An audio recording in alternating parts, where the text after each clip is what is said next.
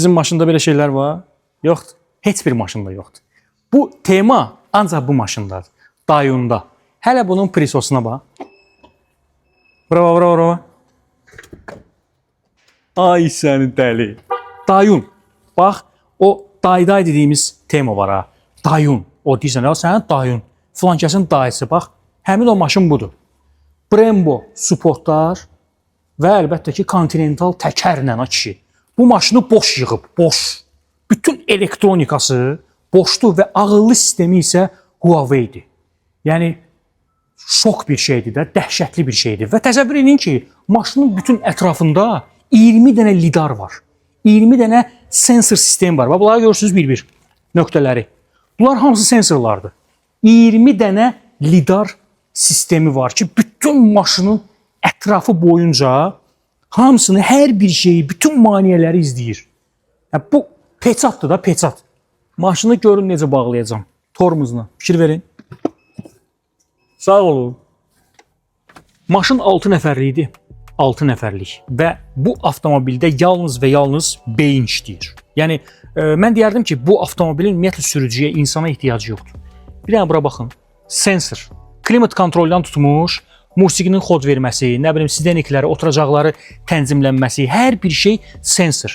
Yəni, belə maşın yoxdur. Belə sistem, ikinci maşın yoxdur. Mən görməmişəm. Mən görməmişəm. Əgər görmüsünüzsə, elə bir maşını tanıyırsınızsa, kommentlərdə yazın. Yəni, mən sizə real bir şeydən danışıram, real bir şey göstərirəm sizə. Və səs sistemi maşında Jamodur. Jamo. Tanınmış Danimarka firması var və dünyada səs sistemlərinə görə 4-cüdür. Və Bose şirkəti var, Bose firması. Ona rəqabətdədir. Panorama lüka baxın. Panorama tavan deyirəm sənə qardaşım. Elə bir marka, elə bir model adı çəkə bilməzsiniz ki. Onun damı bax belə panorama lük dolu olsun. Yəni amfiteatr da başdan ayağa. Yəni vallahi bilmirəm, burada tavan yoxdur, burada artıq sadəcə şüşədir. Şüşə tavan, şüşə dam. 26 ton yük saxlaya bilir. Yəni bura gətirin konteyner qoyun bu maşının üstünə. Əməli baş test olunub və bunlar hamısı yoxlanılıb. 26 ton ay kişi. Yox deyə belə bir şey.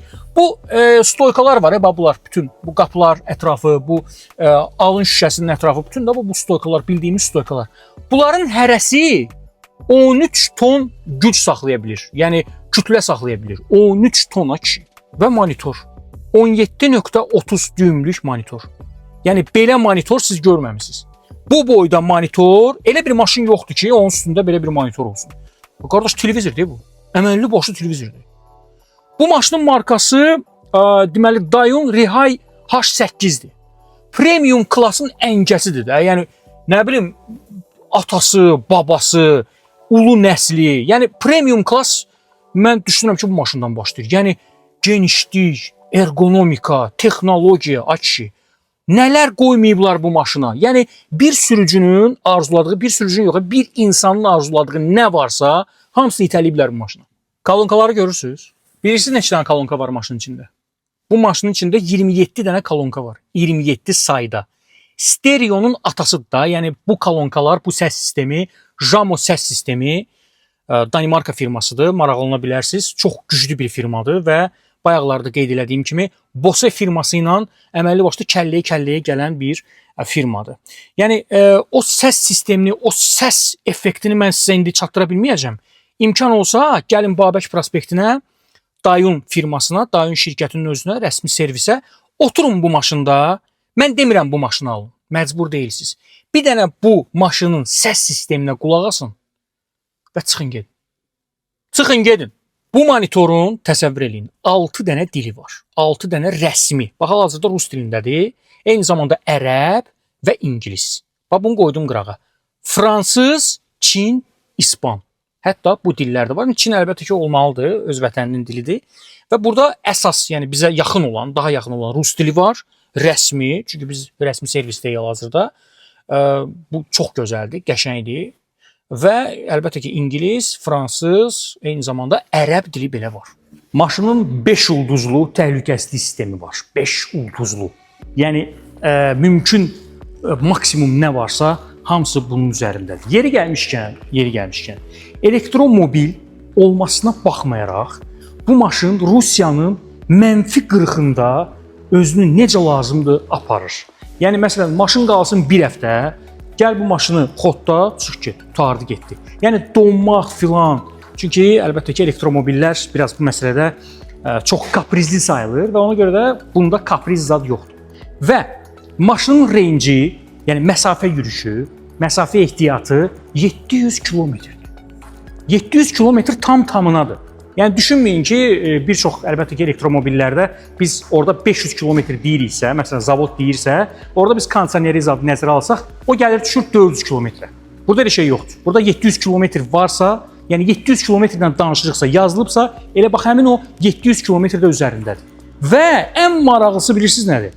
Bu maşın 20-dən 80% belə deyək, şarjı cəmi 14 dəqiqəyə yığır. 14 dəqiqəyə. Yəni bu möhtəşəmdir. Bu mən düşünürəm ki, bu gün bu Azərbaycanda yer alan maşınlar arasında və ümumiyyətlə dünyada yer alan maşınlar arasında rekordun rekordudur. Fast şarjdan söhbət gedirsə əlbəttə ki, yəni 20%-dən 80%-i düz belə deyək də 14 dəqiqəyə yığır. 14 dəqiqəyə. Bu aparatı isə sizə hədiyyə verəcək şirkət, əlbəttə ki, Dayun şirkəti. Yəni bu maşını aldınız, konkret olaraq üstündə hədiyyə olunacaq. Bu aparatın isə qiyməti, yəni 10-15 manat deyil. 4000-5000 manat qiyməti var həmin o aparatın. Onu da üstündə hədiyyə verəcəklər. Və avtomobilin zəmanəti, qəşəng söhbətdir. Avtomobilin zəmanəti 8 il və yaxud da 150 min kilometr. 8 il və yaxud da 150 min kilometr və maşının qiyməti. Qiyməti isə 90 min. 90 mindən başlayan qiymət. Yəni belə bir avtomobil üçün 90 min manat sadəcə olaraq, nə bilim, fantastikadır.